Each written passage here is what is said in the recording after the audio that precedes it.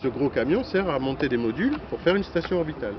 Sauf que le président Nixon, qui vient d'arrêter la Lune, dit ça coûte un peu cher votre truc, mettez-moi ça sur une fusée. Donc déjà la navette, on l'abîme, on colle sur un gros réservoir une navette. Bon certes, ce sera à moitié réutilisable, pourquoi pas. Mais elle sert à quoi? Ah non, on fait pas la station orbitale, ça coûte trop cher. Donc en gros, on a un gros camion qui sert à rien. Qu'est-ce qu'on fait tout de suite? On dit, ah non, mais vous allez voir, avec ça, on va lancer plein de satellites. Et on devient quoi? Un outil pour lancer des satellites, ce qui est une absurdité complète.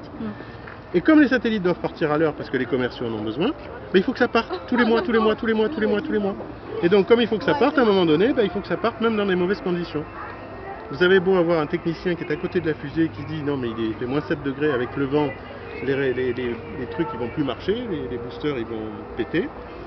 Ce gars, il fait passer l'information, mais on lui dit, écoute, toi, tu restes sur ton pas de tir, nous, on sait, il faut que ça parte. Et le truc part, et il y a 4 morts, et 7 morts. Donc on est dans l'absurdité complète. Soyouz 1, le premier mort, c'est pareil. C'est le parti communiste qui dit, il faut absolument que Soyouz parte, parce que c'est l'anniversaire de je sais pas quoi, il faut que ça parte absolument. Mais il n'est pas prêt. C'est pas grave, il faut que ça parte.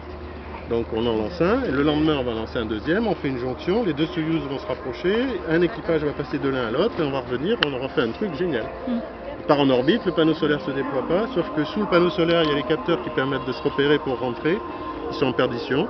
On sait que le gars il va quasiment mourir, on lui fait parler avec sa femme en direct, il parle avec sa femme, il revient, il fait une rentrée magique, on ne sait pas pourquoi il arrive à piloter, à rentrer, sauf que le parachute ne se déploie pas, et il meurt.